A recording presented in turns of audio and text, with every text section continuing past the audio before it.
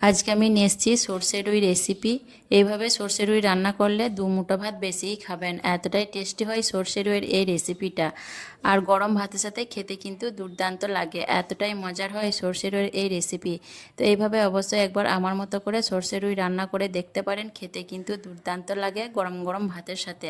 তো চলুন তাহলে ভিডিওটি স্কিপ না করে দেখতে থাকুন কিভাবে আমি মাছের রেসিপিটি বানাচ্ছি। তো তার জন্য দেখুন এখানে আমি নিয়ে নিয়েছি 500 গ্রাম রুই মাছ। আর মাছগুলোকে বেশ ভালোভাবে বেছে ধুয়ে পরিষ্কার করে কেটে নিয়েছি। মাছের পিসগুলোকে দেখুন আমি একটু বড় বড় সাইজ করে কেটে নিয়েছি। এইভাবে মাছগুলোকে কেটে নিতে হবে। আর পেটি সহ এখানে আমি মাছগুলো নিয়েছি, আপনারা চাইলে পেটিগুলো স্কিপ করতে পারেন, শুধু পিস দিয়ে রান্নাটা করে নিতে পারেন। কিন্তু আমি এখানে পেটি সহ আর পিস সহ মিলিয়ে 500 গ্রাম মাছ নিয়েছি। এখন আমি এর মধ্যে দিয়ে দিচ্ছি হাফ চামচ নুন, হাফ চামচ দিয়ে দিচ্ছি হলুদের গুঁড়ো, আর দিয়ে দিচ্ছি চা চামচে 1 চামচের মতো সর্ষের তেল। দিয়ে বেশ ভালো করে আমি মাছের মধ্যে নুন হলুদটাকে হাত দিয়ে মাখিয়ে নেব, যাতে সম্পূর্ণ মাছের মধ্যে নুন হলুদটা ভালোভাবে মিশে যায়। মাছগুলোকে বেশ ভালোভাবে এইভাবে করে মাখিয়ে নিতে হবে। মাছগুলোকে বেশ ভালোভাবে মাখিয়ে নিয়ে আমি 10 মিনিট রেস্টে রেখে দেব। আর ততক্ষণে এদিকে আমি একটা মশলা বানিয়ে নেব। তার জন্য দেখুন এখানে একটা প্লেটের মধ্যে আমি নিয়ে নিচ্ছি চা চামচে 2 চামচ হলুদ সর্ষে, আর নিয়ে নিচ্ছি চা চামচে 1.5 চামচ পোস্ত, আর দিয়ে দিচ্ছি সামান্য 1 চিমটি নুন, আর 2টো কাঁচা লঙ্কা। কাঁচা লঙ্কার ভিডিওটা আমার স্কিপ হয়ে গেছে, দিয়ে এগুলোকে আমি অফ ক্যামেরায় সিলে বেটে নেব। আপনারা চাইলে কিন্তু এগুলোকে মিক্সারেও বেটে নিতে পারেন, আমি অফ ক্যামেরায় সিলে বেটে নেব। আর এরকম একটু নুন দিয়ে সর্ষে বেটে নিলে সর্ষেটা কিন্তু তিতো ভাব আসবে না।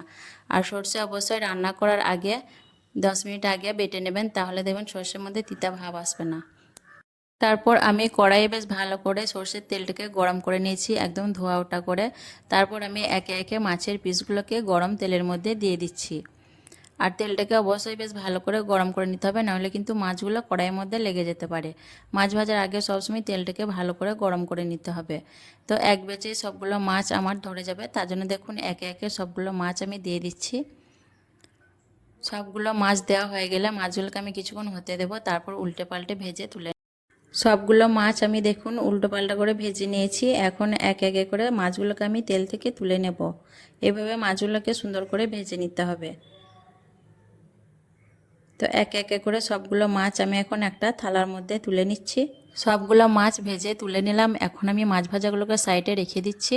তারপর কড়াইয়ে আর আমি তেল দেবো না, এই তেলের মধ্যে আমি দিয়ে দেবো ফোড়নের জন্য সামান্য দিয়ে দিচ্ছি কালো জিরে, আর দিয়ে দিচ্ছি 2টো কাঁচা লঙ্কা চেরা।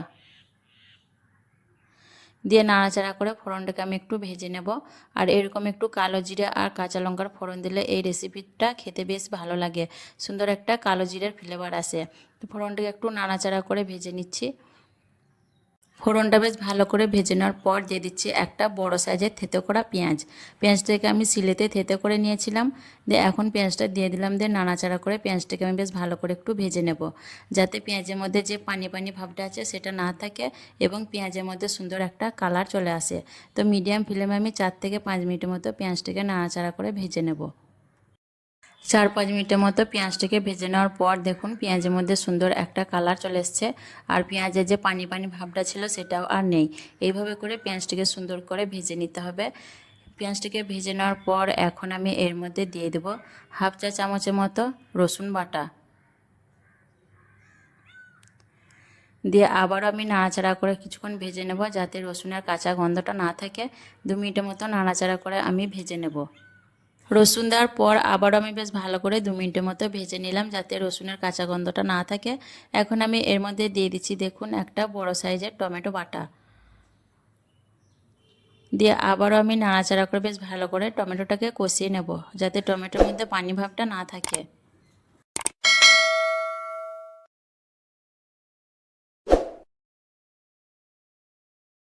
টমেটো কষাতে কষাতে এখানে আমি দিয়ে দিচ্ছি হাফ চামচের থেকেও কম হলুদের গুঁড়ো, দিয়ে দিচ্ছি হাফ চামচ কাশ্মীরি লাল লঙ্কার গুঁড়ো কালারের জন্য, আমি শুকনো ঝাল দিচ্ছি না যেহেতু কাঁচা লঙ্কা ব্যবহার করেছি। আর দিয়ে দিচ্ছি হাফ চামচ ধনে গুঁড়ো, আর দিয়ে দিচ্ছি সামান্য নুন। দিয়ে আবারও বেশ ভালো করে নাড়াচাড়া করে আমি কষিয়ে নেব। বেশ ভালো করে কষিয়ে নিতে হবে, যাতে মশলা বেশ ভালোভাবে কষানো হয় আর তেলটাও মশলা থেকে বেশ ভালোভাবে ছেড়ে দেয়, সেইভাবে মশলাটাকে কষিয়ে নিতে হবে। 4-5 মিনিটের মতো কষানোর পর দেখুন তেলটা বেশ ভালোভাবে ছেড়ে দিয়েছে আর মশলাটাও বেশ ভালোভাবে কষানো হয়ে গেছে। মশলার মধ্যে দেখুন সুন্দর একটা কালার চলে এসেছে মশলাটাকে ভালোভাবে কষে নেওয়ার পর। আর আপনারা যদি ঝালের পরিমাণটা বেশি খেতে চান তাহলে মশলা কষানোর সময় শুকনো লঙ্কা ব্যবহার করতে পারেন। আমি কিন্তু ঝালের পরিমাণটা কম রেখেছি, তার জন্য শুকনো লঙ্কা দিলাম না। মশলা বেশ ভালোভাবে কষিয়ে নিয়েছি। দেখুন মশলাটাকে বেশ ভালোভাবে কষে নেওয়ার পর এখন আমি এর মধ্যে দিয়ে দেবো ঝোলের জন্য পানি। তো এখানে আমি ঝোলের জন্য দিয়ে দিচ্ছি গরম পানি, আর 2 কাপের মতো এখানে আমি পানি দিয়েছি ঝোলের জন্য। আর এই পর্যায়ে আমি গ্যাসের ফ্লেমটাকে হাইতে দিয়ে দিয়েছি। দিয়ে নাড়াচাড়া করে বেশ ভালোভাবে ঝোলটাকে মিশিয়ে নেব। ভালোভাবে নাড়াচাড়া করে মিশিয়ে নিয়ে ঝোলটাকে আমি বেশ ভালো করে একটু ফুটিয়ে নেব। ঝোলটাকে দেখুন বেশ ভালোভাবে আমি ফুটিয়ে নিয়েছি হাই ফ্লেমে। এখন এর মধ্যে দিয়ে দিচ্ছি বেটে রাখা সরষে আর পোস্ত। দিয়ে আবারও আমি নাড়াচাড়া করে বেশ ভালো করে মিশিয়ে নেব ঝোলের সঙ্গে পোস্ত আর সর্ষে বাটাটা।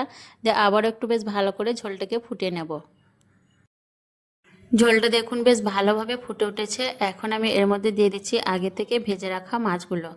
একে একে করে সবগুলো মাছ আমি ঝোলের মধ্যে দিয়ে দিচ্ছি। তো অবশ্যই একবার এইভাবে সর্ষে দিয়ে রুই মাছ রান্না করে দেখবেন, খেতে কিন্তু ভীষণ টেস্টি হয়। গরম গরম ভাতের সাথে খেতে কিন্তু অসাধারণ লাগে। তো অবশ্যই একবার বাড়িতে বানিয়ে দেখতে পারেন। তো সবগুলো মাছ আমি দিয়ে দিলাম। একটু নাড়াচাড়া করে ঝোলের সঙ্গে মাছগুলোকে মিশিয়ে নেব, যাতে মাছগুলো 2 পিঠ বেশ ভালোভাবে হয়ে যায়। ঝোলের সঙ্গে বেশ ভালো করে মিশিয়ে নিলাম। তারপর আমি এখন এর মধ্যে দিয়ে দেব 4টে কাঁচা লঙ্কা। এই পর্যায়ে কাঁচা লঙ্কাটা দিলে খুব সুন্দর একটা কাঁচা লঙ্কার ফ্লেভার আসে।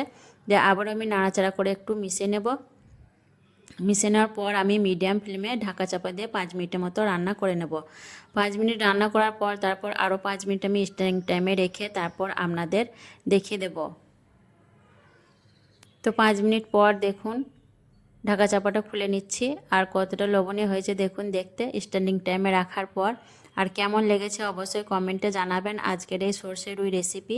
ভালো লাগলে লাইক করবেন, শেয়ার করবেন আর আমার চ্যানেলটিকে সাবস্ক্রাইব করে আমার পাশে থাকবেন। আসবো আবার অন্য কোনো রেসিপি নিয়ে। সকলে ভালো থাকবেন, সুস্থ থাকবেন। আল্লাহ হাফেজ।